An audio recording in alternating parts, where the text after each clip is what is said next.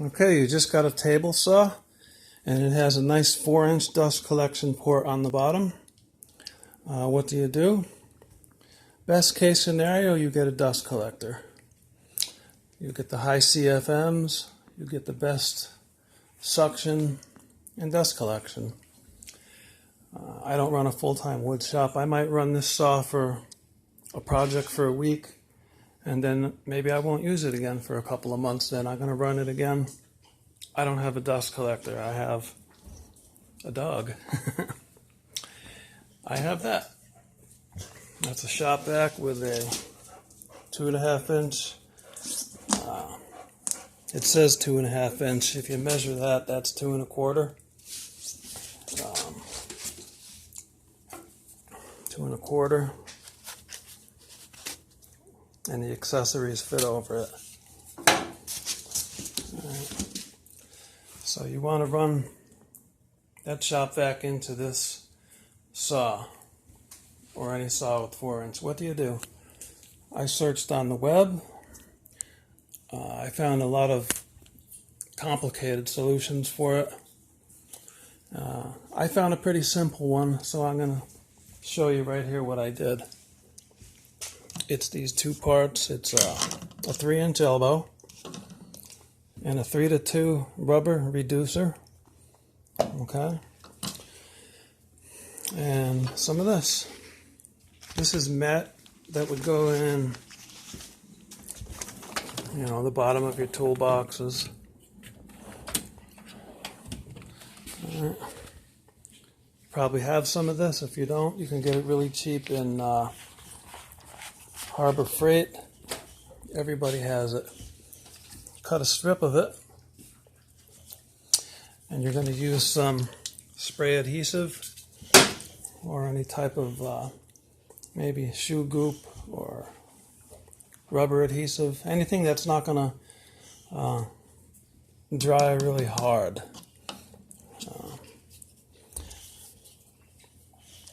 I wanted it to stay a little bit flexible. Wipe this off really good with acetone. Okay, and then after that, what I did was take a really coarse file, and then maybe around that angle, just roughed it up.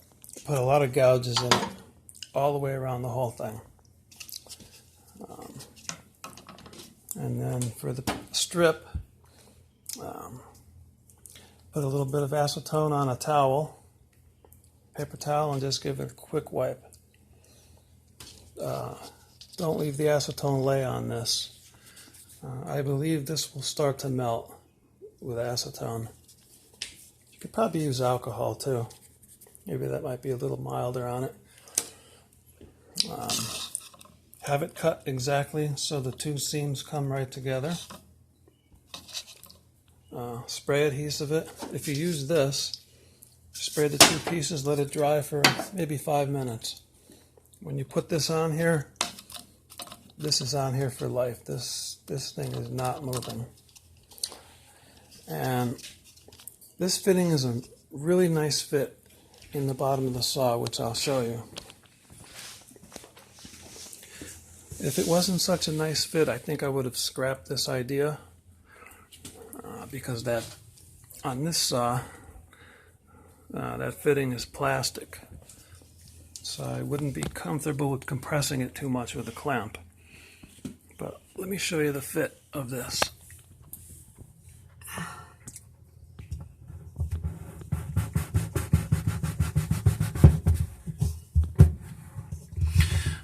So as you can see, it's a really nice fit.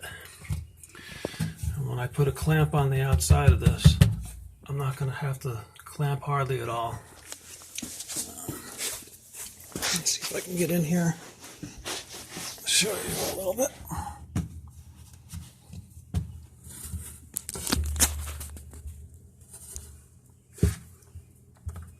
Let me put a clamp right there.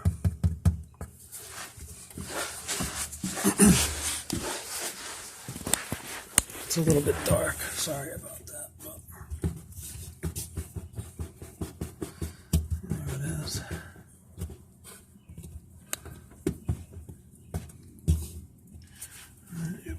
clamp.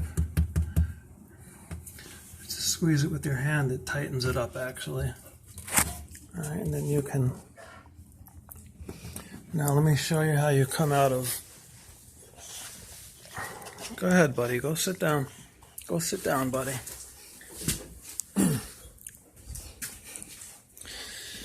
Alright, so how do you get this to hook onto your shop vac? Let me show you. This rubber reducer, it's like a match made in heaven. It fits right on there almost perfectly. Okay.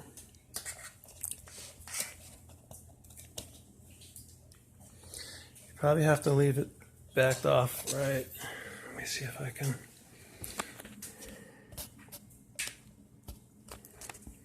There, you want to leave it backed off just that little bit so this can slide up into the saw, and then the port on the saw will go down in that little groove. You have to leave a little space there. Alright. Now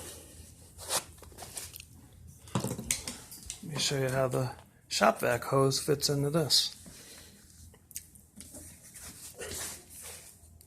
Alright, it's like another match made in heaven. It's like a perfect fit. You can't ask for much better than that. Right. Now when I first tried this and slipped it on, it was not quite perfect, but it was still pretty good. All I did was give this one turn, and just that little bit made that a perfect fit onto the hose. The fit between these two is just about the same as the fit with the accessories. This Shop Vac is a rigid WD14500, and it says it takes 2.5-inch accessories.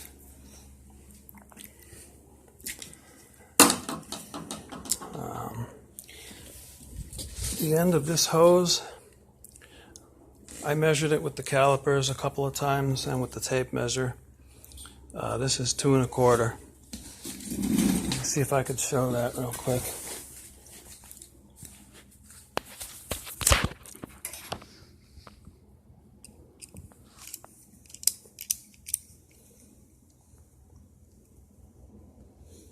Alright.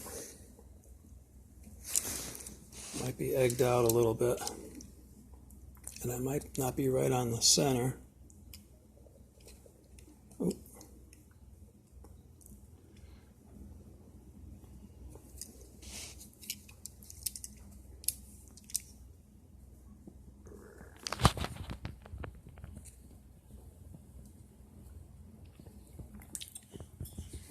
So it's pretty much 2 1/4.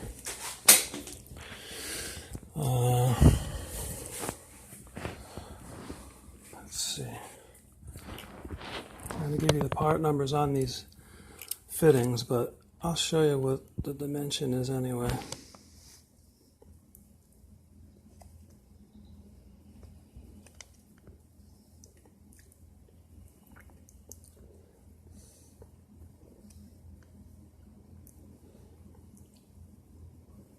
So that's about 3.460. Again, it is not a street elbow. It's female on both sides, which allows you to fit this piece of mat over it. Let me show you the part numbers.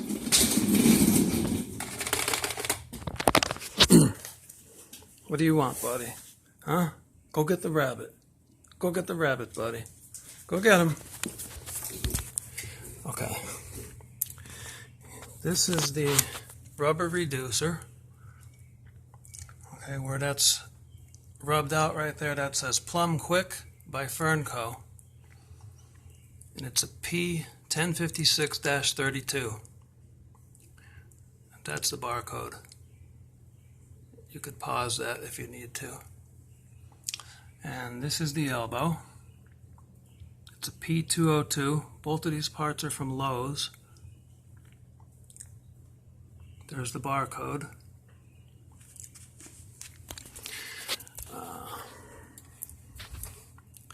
I couldn't find the elbow on Lowe's.com, but I did find it on Ace. So there's the elbow. All right, and it's a P202, and that's what the sticker on the actual elbow said. And that barcode, or that 0899 number, that is in fact the number that was on the actual elbow before I cleaned it off. And then this is the rubber reducer that you get from Lowe's. If you don't have a Lowe's by you, here it is on Amazon. Fernco P1056-32.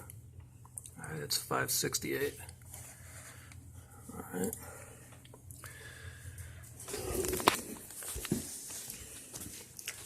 The whole thing came to about $8. You probably have the glue on hand, and maybe, I don't know if you don't have this. I guess I could give you the thickness of this too.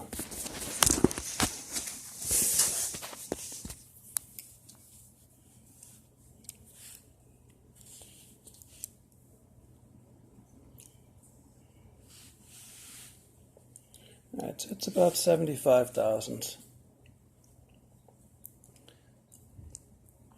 And it's very soft.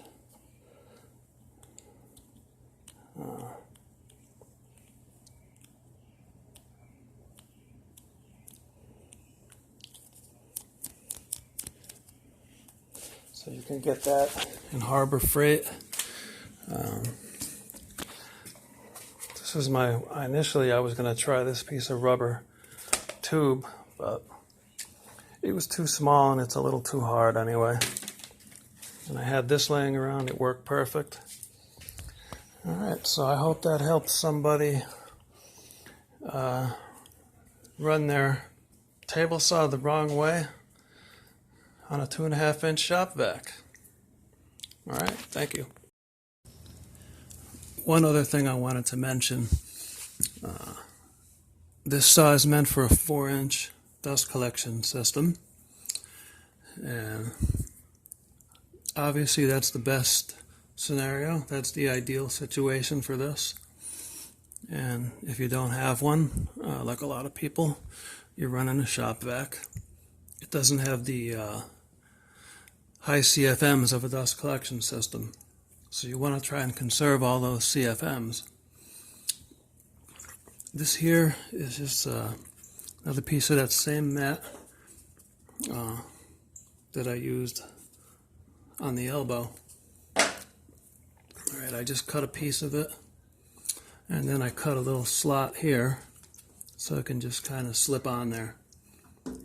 These are just little neodymium magnets. You can get these on Amazon. They're not coming off. So looking at that, okay, that's going to turn the Shop Vac on. It's going to suck onto there and give you a lot more suction back. Now how do you change the angle? Well, you'll have to pull this off and then slide it over a little bit and work with what you've got. If you're changing this angle back and forth all day long, then you're probably in a production environment and you've already got a 4-inch dust collection system, and then this is irrelevant. This is just if you don't have that.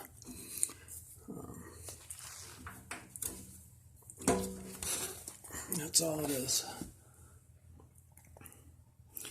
Alright, so you could, if you change your angle, you could move it over to there.